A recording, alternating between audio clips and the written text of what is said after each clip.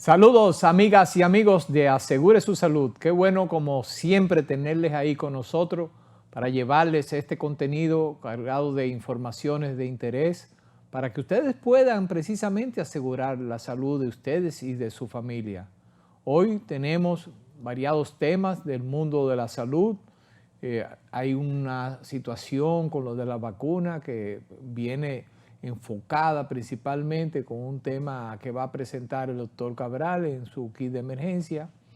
Y como algo especial, yo quiero que alguno de ustedes, amigo o pariente de doña Carolina Mejía, nuestra honorable y distinguida alcaldesa, le diga que por favor atienda lo que vamos a decir en este programa, que no es nuevo, pero hoy lo queremos reiterar, dirigido a ella, después que volvamos de esta breve pausa. Así que manténganse ahí, que iniciamos con ese mensajito para doña Carolina, pero seguimos con su programa Asegure su Salud.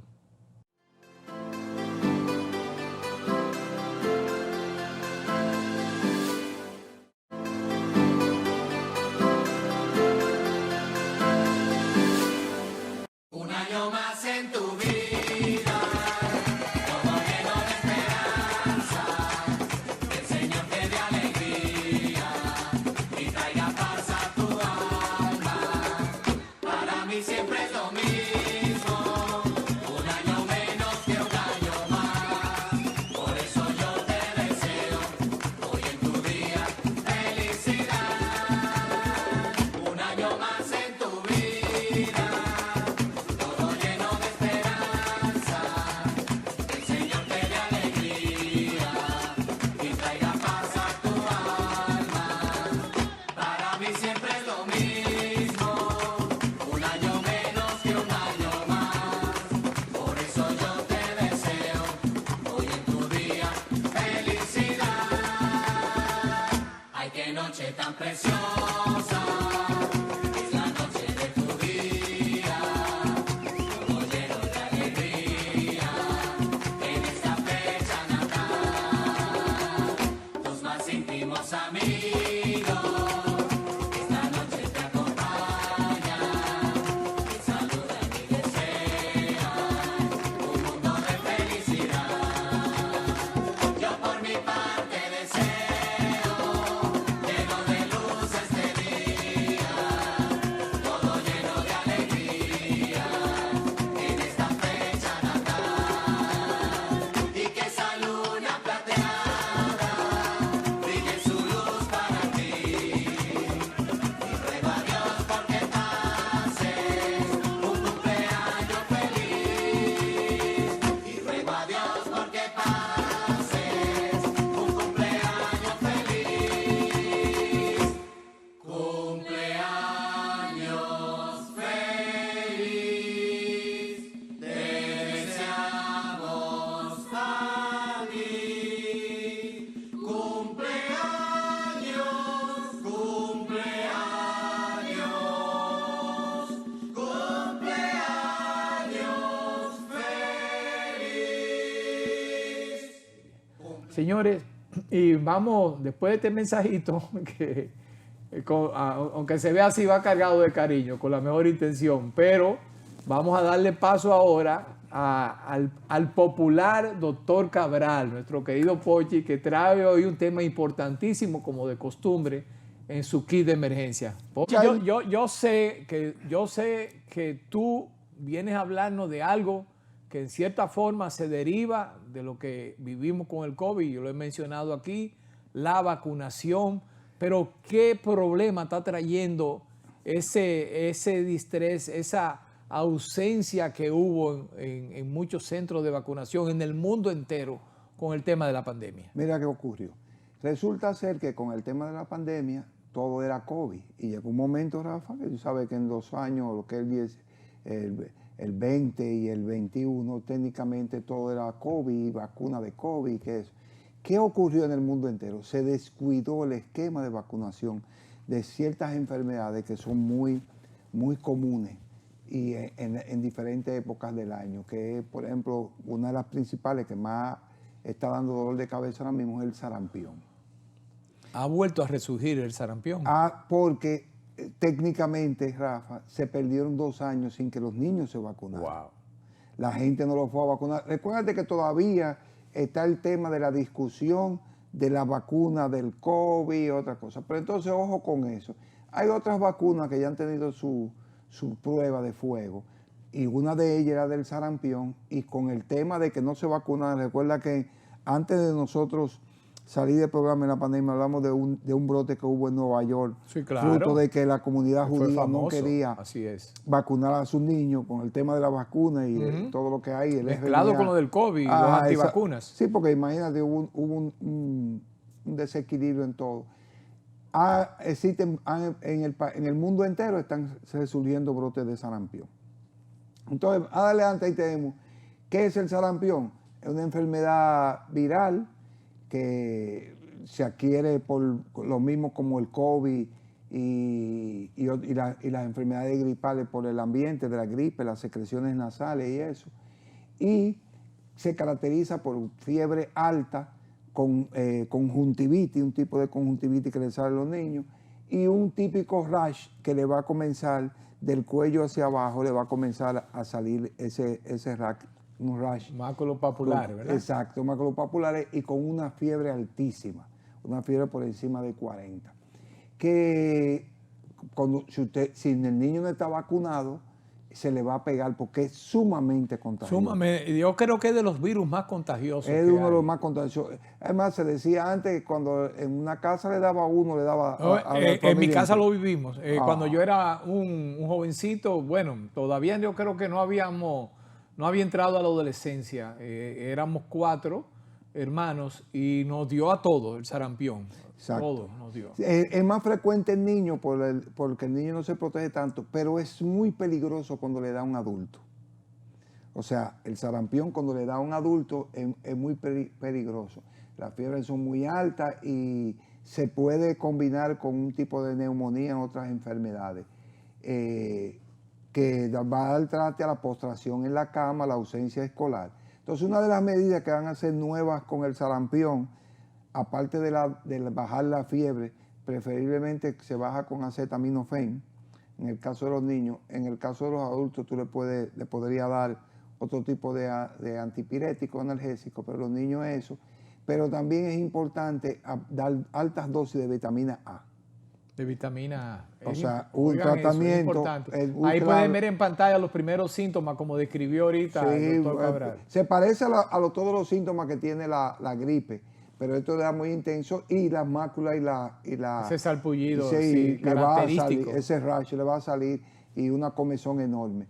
Pero la vitamina A es importantísima en el tratamiento. Inclusive, más importante, yo le diría que más que el acetaminofén que tú le puedes dar, tú combinarías vitamina A y vitamina C para que el pacientito reaccione mejor. Es muy importante. También se le puede poner, se le dan refriega de baños con agua fría o algo para que se le quite un poco la comezón. Se puede utilizar un tipo de leche de magnesia para la comezón, pero no el alcohol, porque el alcohol se le va a ir muy rápido y le puede dar picazón en la pústula cuando él se rasca. Eso es clave para eso. Y, ¿qué es lo más importante? Retomar y tener ojo con esto, que aquellas personas que sus niños no se hayan vacunado en ese periodo del COVID, entre lo que era el 2019, 20 y 21, y parte del 22, imagina, son casi 4 años que no se hizo el esquema bien de vacunación, que retomen, hablen con sus pediatras y por favor vacunen a sus niños con el sarampión. Y ojo con esto también. Yo tengo entendido, Pochi, que una de las principales complicaciones del sarampión es la neumonía. Sí, cuando en pacientes ancianos que le da, porque da a los extremos, da a los niños y a los pacientes envejecientes. Y en los envejecientes es muy peligroso porque inclusive llega a ser mortal esa neumonía. Se complican, Rafa, y el paciente se puede morir con esa enfermedad. No tenemos aquí en nuestro país, por lo menos, ningún aviso todavía de un resurgimiento, porque se está dando, tengo entendido que se está dando la voz de alerta a nivel mundial. Mira, ¿Verdad? Porque está apareciendo el sarampión en diferentes mira, países. Rafa, en diferentes... antes que empezar a dar medidas o esperar que entre una epidemia de eso, es la prevención. Y la prevención con este tipo de enfermedades es la vacunación. Yo no te garantizo que los tratamientos sean más eficientes que la prevención en este caso. Por eso es que aquí, antes de que nos llegue, ya nos está avisando, antes de que nos llegue, revisar y resurgir el esquema de vacunación y tal vez hacer un censo o algo y indicar epidemiológicamente qué cantidad de niños no se han vacunado, porque tiene que haber una estadística de vacuna puesta versus la población. Tú haces una proyección, un cálculo y puedes hacer una campaña de vacunación específica para el sarampión antes que vuelva a introducirse en la República Dominicana una epidemia de sarampión. Es muy importante que retomemos todo eso y en las escuelas, cuando alguien aparece con sarampión, verificar que los alumnos estén vacunados dentro de las mismas escuelas para evitar su propagación. Mira, cuando yo despedía el programa pasado, Pochi, no sé si recuerdas, haciendo ya el último segmento, los minuticos finales de este programa, donde acostumbrábamos, hasta hoy, hasta este programa, acostumbrábamos a hablar de COVID. Digo que hasta hoy, porque siguiendo la tendencia mundial, ya las grandes revistas científicas, los medios, los grandes centros de investigación pues han suspendido los boletines diarios o frecuentes sobre el curso de esta enfermedad que gracias a Dios parece, si no desapareciendo, como hemos dicho muchas veces, ya definitivamente haciendo su transición a endemia. Pero te decía, Pochi, que hablaba en ese programa anterior, al despedirnos, de que tenía una información confirmada, con certeza, de que un colegio católico de aquí, importante, de Santo Domingo, se habían diagnosticado, repito, confirmado, 7 casos de varicela. Inclusive se había dado la voz de alarma y se hacía la exhortación para las vacunaciones de los niños y todo eso, pero porque es otra enfermedad también Viral, muy contagiosa. Y se parece al sarampión. Te lo menciono porque me hace pensar en lo importante que es este tema de la vacunación y sobre todo el efecto negativo que ha traído y puede seguir trayendo la falta de vacunación de nuestros niños, sobre todo, con diferentes tipos de enfermedades. Ya hemos tenido suerte, si se quiere decir, hasta ahora, porque en Estados Unidos hubo casos de polio. Sí, En Nueva York se diagnosticaron varios casos una de enfermedad de polio. que aparentemente debe estar desaparecida. Exactamente, erradicada se supone, por lo menos aquí en nuestro país. Recuerdo que los clubes rotarios tienen una campaña constante de eliminación de polio a nivel mundial. Y eso se ha llevado durante varios años, erradicar el polio, y sin embargo han ocurrido casos. Y han ocurrido casos también de viruela. O sea que... Oye, aquí sí tuvimos un caso, yo no lo he podido confirmar, pero tengo entendido que sí, que fue real, un caso de difteria. Ajá, que es otra enfermedad que debió estar erradicada. Pero yo creo que está en el programa de vacunación, por eso lo que pasa es que menciono. esos años, Rafa, vuelvo y te digo, posiblemente, es así, se descuidaron los esquemas de vacunación. Y acuérdate que se descuidaron muchas cosas en salud. Recuerda que yo, uno de los primeros críticos que decía que llegó un momento que todo era COVID. Todavía siguen insistiendo con el COVID, porque viene el tema de la post-vacuna del COVID. Tú sabes que es un tema que vamos a durar 10 años discutiendo. No, la post-vacuna y el COVID prolongado. Y el COVID prolongado. Ahí, entonces, eso descuidó los esquemas. Acuérdate que había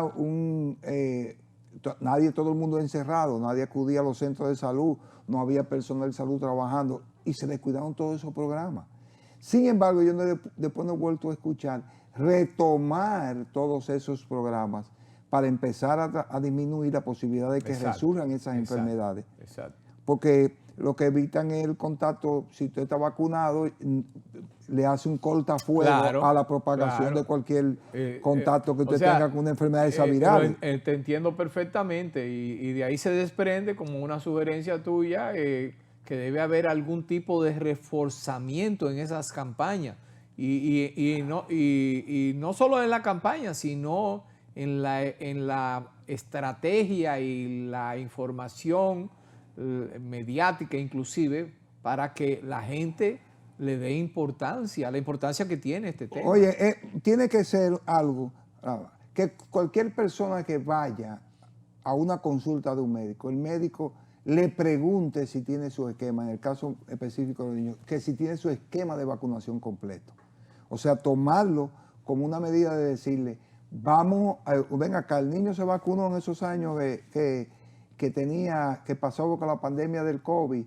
Ah, no se va. Ah, pero empiece, mire, vaya y vacúnelo. O sea, tú empezar a incentivar del área de la salud a preguntar si usted está vacunado con el sarampión. Bueno, Y comenzarlo en todas las consultas así para empezar un tipo de campaña. ahí está el llamado. Yo creo que cada uno, por supuesto, cada familia tiene su responsabilidad Claro. individual y no podemos dejarle siempre todo al gobierno, al Estado. Claro. Tenemos que ser responsables y poner nuestro granito de arena para cuidar nuestra familia y cuidar nuestra población en general. Señores, no se muevan de ahí que seguimos con más contenido. Cuando volvamos de esta pausa, vamos a hablar un poquito del tiempo de consulta. El tiempo que pasan los médicos y los pacientes hablando o siendo examinados en una consulta médica, sobre todo a nivel de la atención primaria, cuando retornemos de esta breve pausa.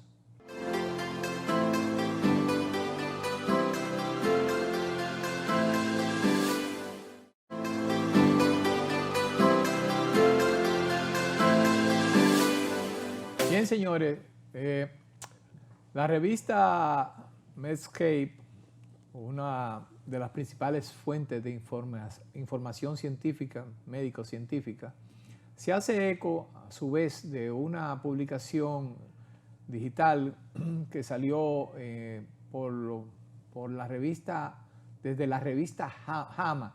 ¿Qué es JAMA? JAMA es el Journal de la Asociación Médica Americana. Es, digamos, si no la principal, una de las principales fuentes de información médica, no solamente para los Estados Unidos, sino para el mundo entero. Y este tema, bien interesante, tiene que ver con el tiempo que pasan los médicos en la atención primaria, sobre todo con los pacientes, y el estudio se enfocó en que el poco tiempo del que disponía el médico para consultar a ese paciente, mientras el tiempo fuera menos, fueran más frecuentes los casos de prescripciones inadecuadas, es decir, de indicaciones médicas que eran negativas o contrarias a la salud, al mantenimiento de la salud del paciente. Sobre todo que, por ejemplo, miren, ha sido muy frecuente con este tema del COVID, como hablábamos ahorita, y de otros virus, los pacientes que llegaban y llegan a las consultas con síntomas gripales o síntomas, vamos a decir, de infecciones de vías respiratorias altas, parecido a los procesos catarrales. Entonces, los médicos, con poco tiempo, repito, para ver ese paciente, con frecuencia, por la misma presión del tiempo y a veces la presión de los familiares del paciente, le indicaban o le indican antibióticos, en el caso de los niños, de los jóvenes, y en el caso ya de los adultos mayores o más entrados en edad, pues también era muy frecuente la prescripción en exceso de opiáceos o benzodiazepínicos para ayudar con el dolor crónico, con problemas del sueño, etc.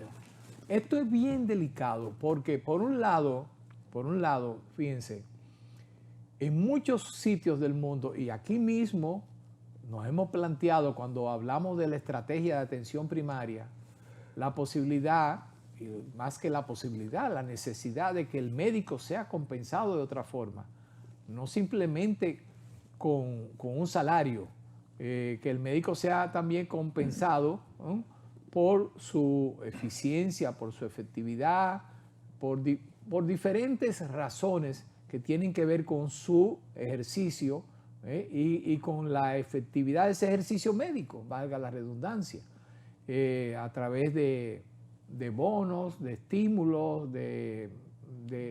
digamos, de premios. Y entonces ahí va atado mucho el tema de la cantidad de pacientes que pueda ver ese médico durante el día, durante la semana, durante el mes. Señores, y lo que ha encontrado este estudio es algo tremendo.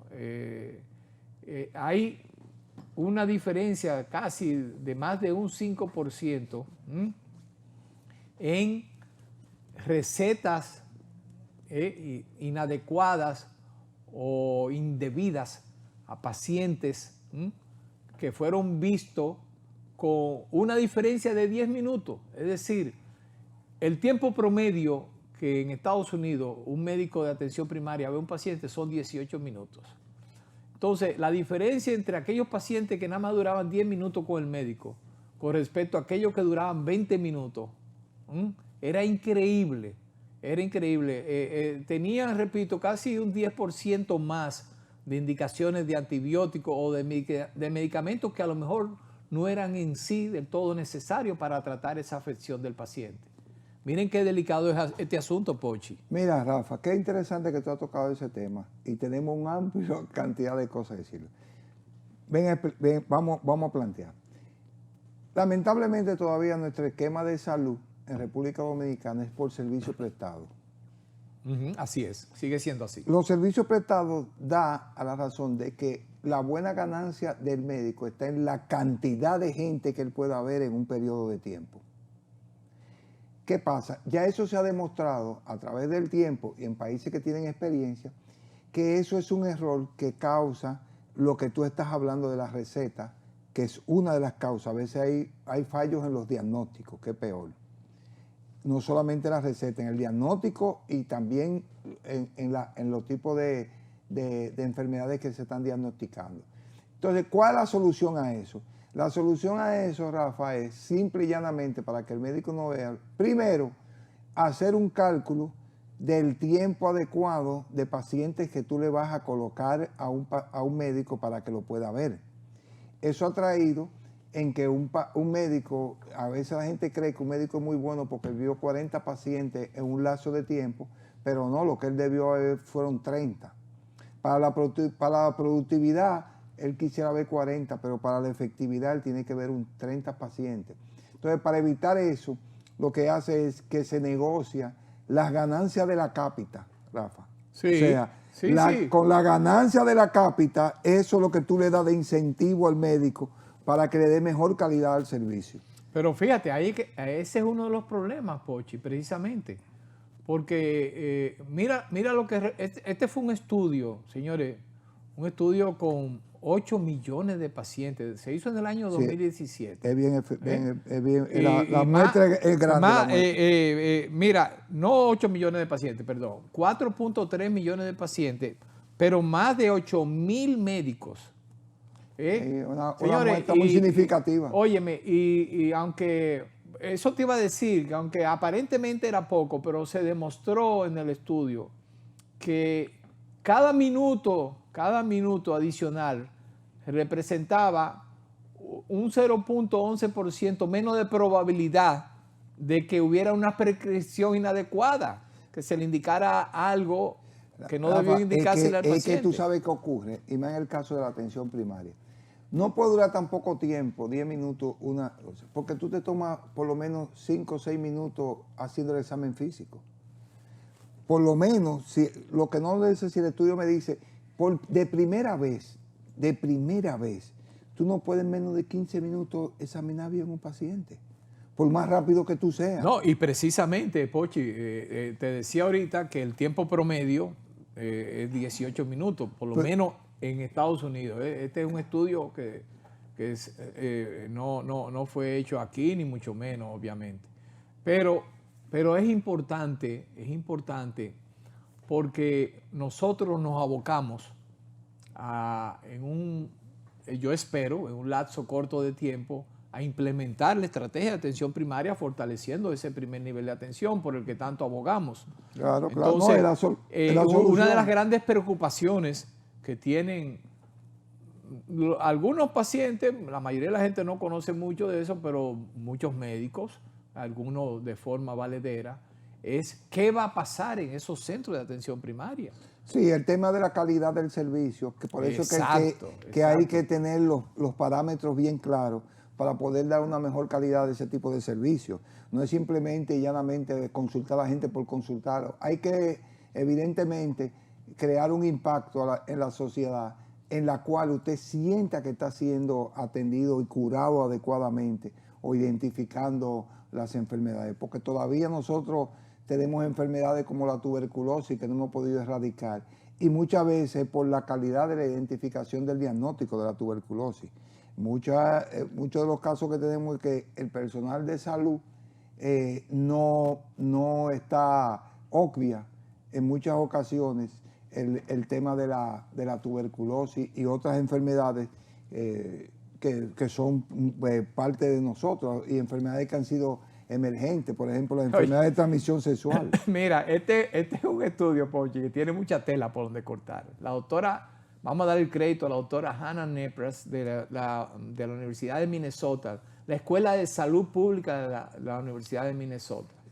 Entre las cosas entre las cosas que salieron a relucir era que los pacientes de origen hispano o afroamericanos o con seguro público tenían en promedio como 1 minuto menos de atención o 2 minutos menos de atención que los pacientes de otras tú sabes que naturalezas. tiene que haber una selección adversa con ese personal, Rafa. Tú sabes que ese tema de la barrera social, lo mismo que ocurre con los pacientes de los vecinos nuestros cuando son atendidos, no son atendidos igual que el dominicano. Eso se ve, Lo dijo. Eso es claro aquí. Ay. Eso es claro. O sea, inclusive. Tú dices entonces que a las pacientes o los pacientes haitianos, para decirlo por su nombre, son discriminados en la atención. Yo no creo No eso. discriminados, Rafa. Hay una barrera del idioma para el interrogatorio. Ok. Cuando un médico dominicano Tiene razón. está entrevistando y señores, la entrevista es el 80% de la evaluación de una consulta. Ojo con eso, no son los laboratorios de las imágenes, es la entrevista. Entonces hay una barrera idiomática y el médico, ni el haitiano lo entiende al doctor, ni el doctor entiende al haitiano. Es muy raro que ocurra eso, porque nosotros no sabemos. ¿Tú sabes algo de creol? Yo no sé nada. Ni una palabra. Entonces, Absolutamente. Pero ahora di que enseñan en la universidad, ¿no? No, pero que, ¿y quién? Pero yo no he visto a nadie que hable creol así. Tiene Pero que ser mira, la frontera. no, pero esas mira, son las barreras idiomáticas. yo creo que hay, como te decía ahorita, es un estudio muy interesante, muy amplio. Pero fíjate, una de las cosas que determinó el estudio es que porque oye, como te digo una cosa, te digo la otra. El mismo estudio dice que si se fuera a dedicar todo el tiempo que debería ser a cada paciente que va a esas consultas con esos médicos, el médico necesitaría 27 horas diarias para poder ver todos esos pacientes con la debida atención y con el tiempo suficiente. Yo creo, y entonces, no, yo creo que el esquema de atención primaria, lo que pasa es que puede desbordarse en algunas zonas. El trabajar por cuadrante y que cada centro de atención primaria maneje lo que dice el esquema, que sean 5,000 familias, para evitar ese desbordamiento y falta de calidad. O sea, aparte de que se instaure la atención primaria, que existe una estrategia de cuadrante y que el médico tenga la población adecuada que él puede ver. Fue lo que te dije con el tema de la cita. Uno de los problemas que tienen todos los grandes centros médicos es la larga lista de espera. sí, claro. Porque eso es un trabajo que hay que hacerlo, señores, con inteligencia artificial, como estamos viendo ahora, con GPT y toda esa cuestión. Sí. Porque ha habido un tema de que los médicos, dependiendo de la especialidad, necesitan diferentes tipos de tiempo con el paciente. Yo sí sé que la más larga de toda la evaluación era del neurólogo. O sea, en todos los tiempos que se tiene que tomar, sigue siendo el neurólogo el facultativo que más tiempo tiene que tomarse con un paciente cuando es por primera vez. En España, ellos le llaman a eso uvas. Sí, que son la evaluación por especialidad, el tiempo que debe durar cada médico con un paciente. Claro, ese tiempo tú tienes que cronometrarlo bien con el tema de la interrupción, porque muchas veces interrumpen al médico para preguntarse algo y no se lleva un esquema. Es que la consulta debe tecnificarse un chin mejor y el arte de la conversación con los pacientes debe ser más fortalecida en el aprendizaje de nuestros médicos. O sea, eso hay que prestarle atención. Sí, y mira, es tanto así, ahora que lo mencionaste, en España que la seguridad social funciona bastante bien, porque tenemos que darle crédito, ha ido mejorando con los años, pero usted a veces puede tener que esperar hasta 3 y 4 meses para una consulta. Sí, pero acuérdate, Rafa, que tú tienes que haber también que otro tema que tenemos que pensar, la falta de médicos para la gran población que está surgiendo. Exacto. Porque exacto. Si tú notas, las facultades de medicina tienen menos cantidad de personas. Hubo una época que todo el mundo quería ser médico o ingeniero. Ahora no todo el mundo quiere ser médico, porque se ha puesto más exigencia y es más cuesta arriba. Lamentablemente es así. Cuando tú haces el cálculo, la remuneración no es ideal. Hay médicos, que ganan muy bien, pero cualquier influencer o cualquier informático gana 10 veces más que lo que gana un médico. Que hemos hablado es cualquier dembocero gana más que un médico. Entonces, eso está alejando que el personal... Con dolor tenemos que reconocerlo. No, porque es la realidad. Eso se ha convertido, ¿verdad?, en el norte de los jóvenes hoy en día. Y no es un incentivo buscar la forma de ganar dinero fácil y rápido. Entonces, ser médico, todavía tú y yo tenemos que estar revisando y estudiando y analizando. Eso para toda la vida. Imagínate ahora, entonces hay personas que hacen una canción, se meten en influencers, promueven una cerveza, una bebida y tienen más dinero que cualquier médico que no ha costado años de trabajo. Bueno, lo ideal sería, ¿verdad?, retomando el tema al final, como una conclusión nuestra, lo ideal sería que cada médico dedique a su paciente el tiempo realmente que necesite. Y obviamente este estudio demuestra que mientras más tiempo usted dedica a hacer un buen examen a ese paciente, también posiblemente con mayor certeza usted hará la indicación de los medicamentos o pruebas que necesite ese paciente. Mira, Rafa, es que el médico debe meterse en la cabeza que nuestra función es sanar al paciente, sanarlo, no verlo, sanarlo. Bien, señores, pues no se muevan de ahí, que seguimos con contenido de interés aquí en su programa Asegure su Salud.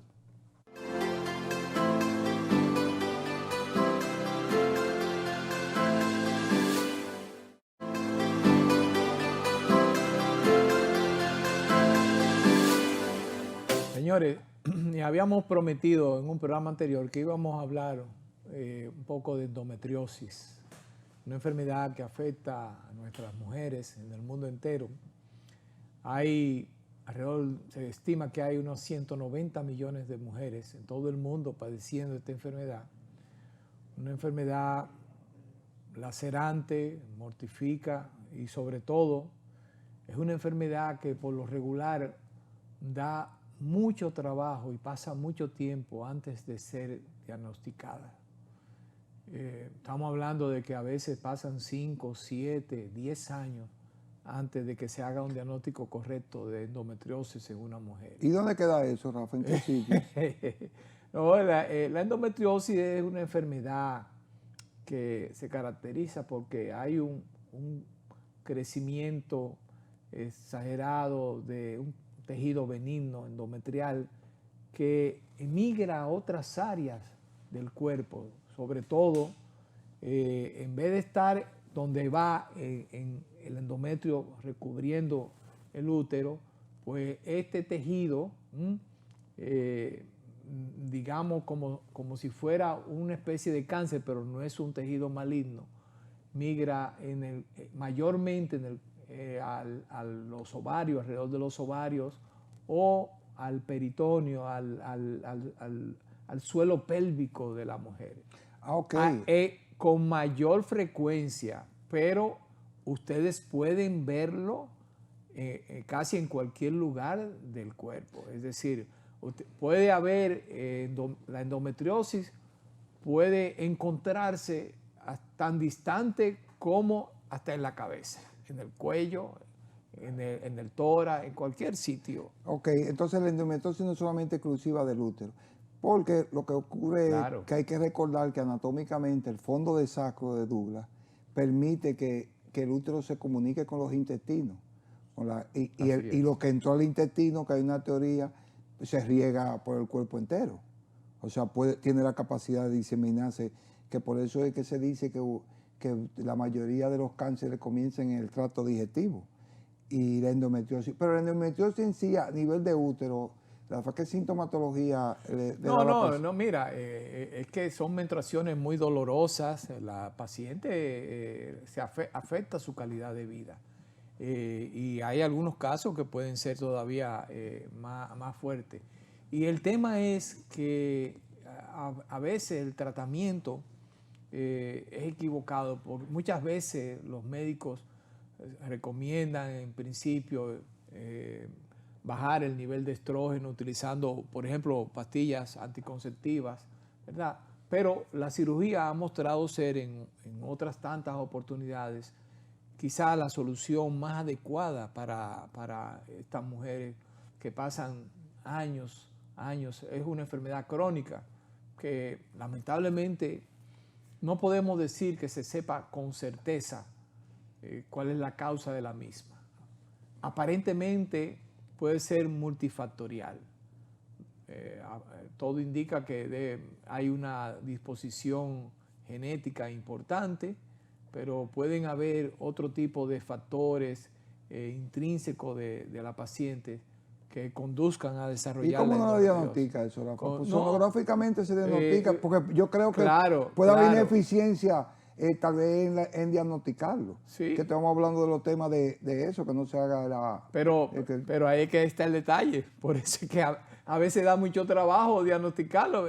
A veces no, en la mayoría de los casos da mucho trabajo y por eso a veces pasa tanto tiempo en diagnosticarse. Porque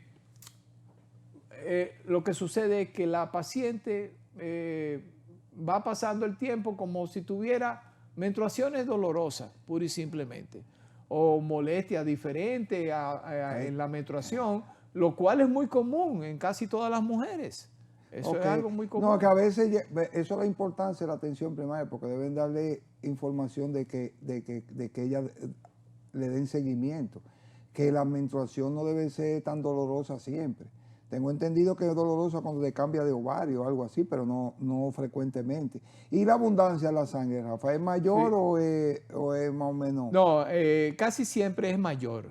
Hay muchos. Pero ese no es el único tema. Mira, el punto es que se ha discutido mucho sobre este tema.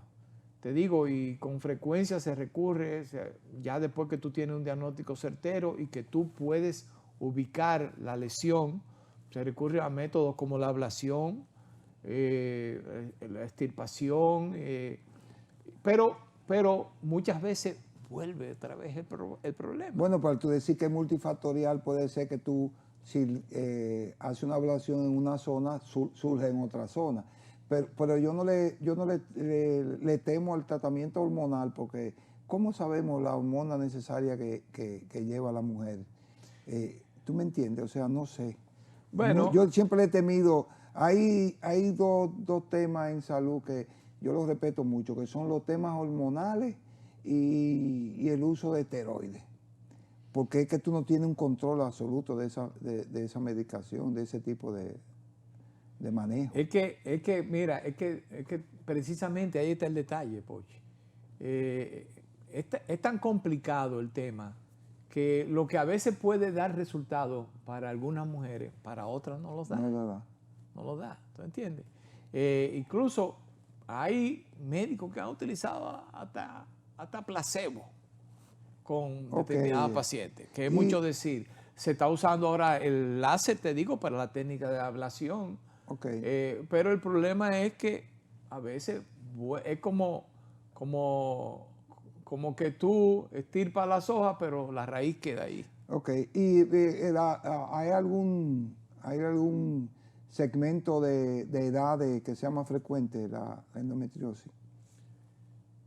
No, mira, o sea que yo te diría, no, bueno, entre 40, 30 años. No, o sea, porque el problema es, Pochi, lo que te decía ahorita, al comenzar, claro, obviamente la mujer en edad fértil, en edad que todavía menstrua, es más propicio y es más frecuente.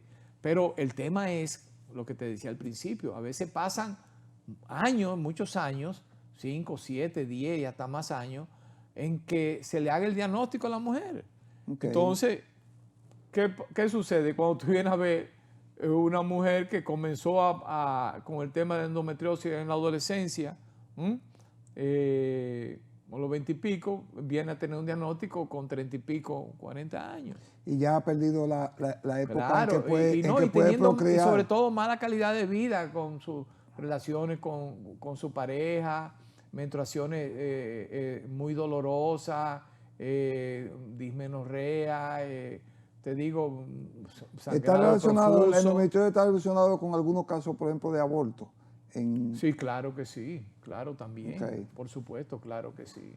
Es un tema bien complejo y yo creo que valdría la pena, Pochi, que nosotros traigamos aquí a un especialista, como bien dice Pochi, el tema de las hormonas y el tema de la ginecología, ¿verdad? Que corresponde a los ginecólogos tratarlo.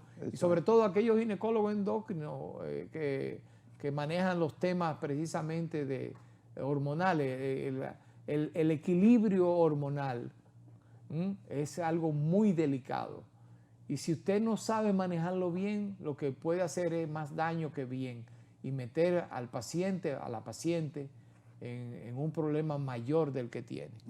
Así que nos comprometemos con ustedes a seguir hablando de este tema con un especialista de sorpresa que les vamos a traer aquí en un próximo programa muy pronto para hablar no solamente de endometriosis, sino de otros temas relacionados con el equilibrio hormonal de las mujeres y cómo esto se refleja en su estado de salud general. Así que, pero todavía no se acaba, asegure su salud. Así que en breves segundos retornamos con ustedes con más contenido de nuestro programa Asegure su salud.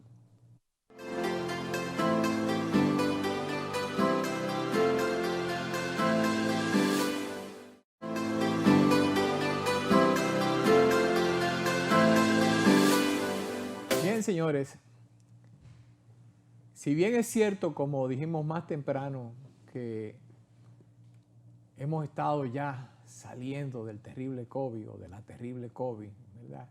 Y yo sé que mucha gente no quiere ni que le hablen de eso, todos.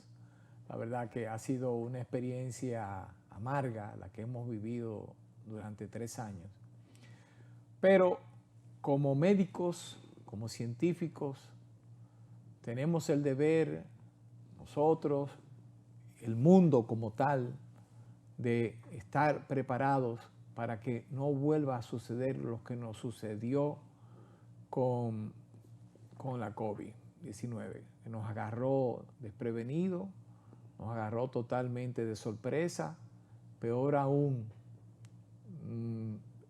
como mundo no sabíamos qué hacer.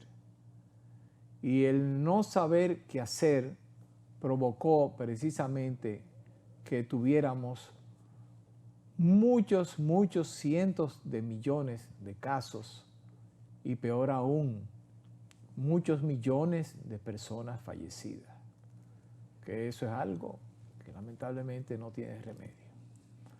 Estamos hablando de que, aunque las cifras oficiales cifran el número de muertes en alrededor de 7 millones, poco más, poco menos, como hemos explicado anteriormente, se estima que el número de fallecidos puede estar rondando los 20 millones de personas en todo el mundo.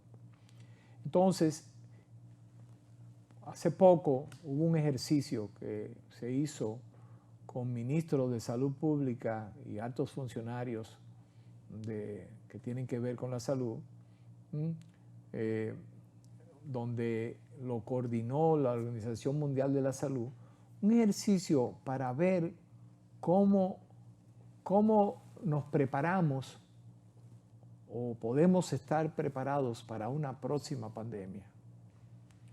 Porque lamentablemente, señores, en un mundo como este, lleno de agresiones, con el cambio climático, con los contaminantes, con la vida de estrés, con la mala alimentación, con la mala calidad de vida, es propicio que se desarrollen nuevas enfermedades. Y este ejercicio casualmente trabajó con una enfermedad que le pusieron X, enfermedad X, y que venía o apareció así como COVID de repente, pero esta enfermedad venía o vendría con mayor virulencia, con mayor nivel de contagio y con mayor letalidad que el COVID que tuvimos.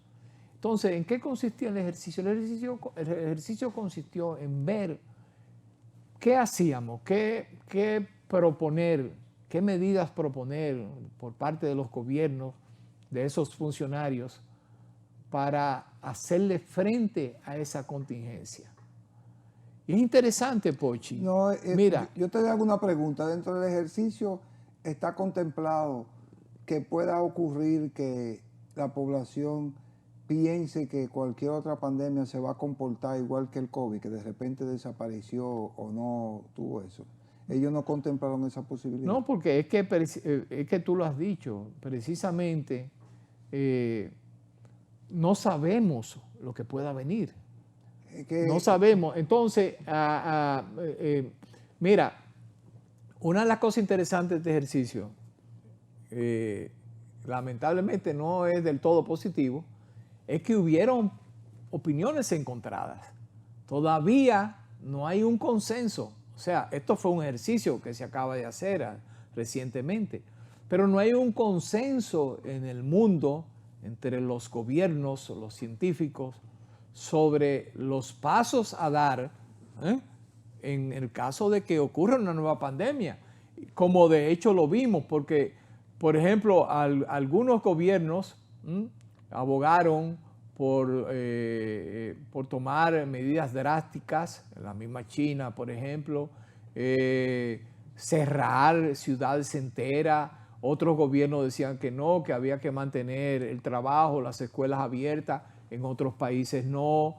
En otros países prácticamente decretaban estado de sitio, repito, como la China, cierre total, pero en otros países parcial. En Estados Unidos, por ejemplo, ha habido muchas críticas al manejo inicial que se le dio a la pandemia. Bueno, yo creo, Rafa, que los mismos, yo estaba leyendo un artículo de los científicos jóvenes del CDC, del Centro de Prevención de Enfermedades, con base en Atlanta, donde muchos de esos científicos, algunos renunciaron y otros se han quedado frustrados porque por encima de sus recomendaciones y de lo que ellos estaban viendo, el gobierno tomó decisiones políticas que costaron vidas humanas. Ahí te voy. ¿Qué poder tenemos nosotros en la salud de determinar cualquier tipo de acción? Porque con el tema del COVID tuvimos el siguiente problema. ¿Qué se impuso más? ¿La economía o la salud? Se puso en una balanza y países, algunos reaccionaron en base a lo económico y otros reaccionaron en base a la salud. Y yo quisiera tener como una media en ese ejercicio, cuál fue el resultado.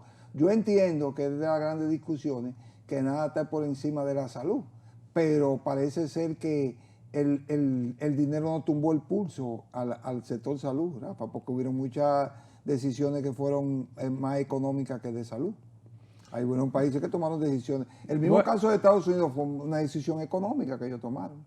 Bueno, pero en el interín, Pochi, sí tú tienes razón, pero hay cosas concretas que podemos sacar como conclusión que se pueden hacer y quizás esos fueron los puntos de consenso en este ejercicio. Por ejemplo, administrar la vacuna con mayor rapidez, el desarrollo, oigan bien, desarrollo de las vacunas que se necesiten y la administración más rápida y una distribución equitativa para todo el mundo teniendo en cuenta los países pobres. Exacto.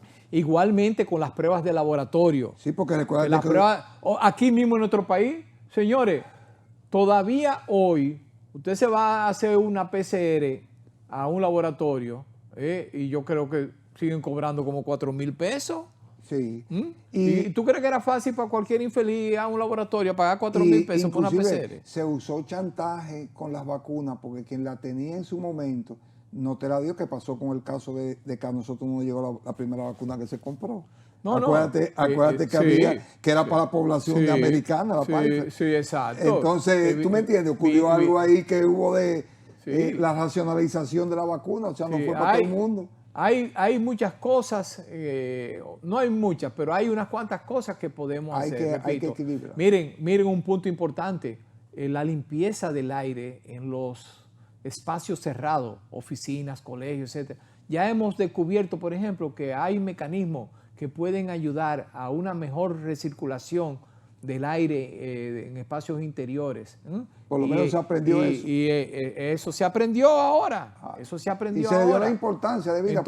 Entonces, yo digo esto es un estudio muy interesante, donde hay mucha tela por donde cortar y del cual seguiremos hablando más adelante. Pero nuestro país no puede quedarse atrás, aunque seamos un país pequeño. Nosotros tenemos que prepararnos también, porque ahí es que está la grandeza de los pequeños. Claro. En usted organizarse, disciplinarse y prepararse para lo que pueda venir, tener una estrategia ya definida. Y podemos ir avanzando y discutiendo esto incluso nosotros internamente aquí en nuestro país. Oye, Pochi, se nos fue el tiempo, caramba. Clásico, los programas de asegurar su salud, porque asegurar la salud es complicado. Al fin y al cabo, terminamos cerrando con COVID, como quiera que sea, de refilón, ¿verdad? Pero no, todo vale, todo lo que pueda hacer en beneficio de nuestro país, de nuestra población, y todo lo que sirva para asegurar su salud, que es la consigna de nuestro programa. Así que con la promesa permanente de preparar para la próxima semana otro programa cargado de contenido de interés. Y la próxima semana tenemos un kit de emergencia especial. Ya estamos en Semana Santa y vamos a hacer muchas recomendaciones que van a ser de importancia para usted y su familia, para nuestro pueblo. Siempre asegurar su salud. Así que será hasta entonces.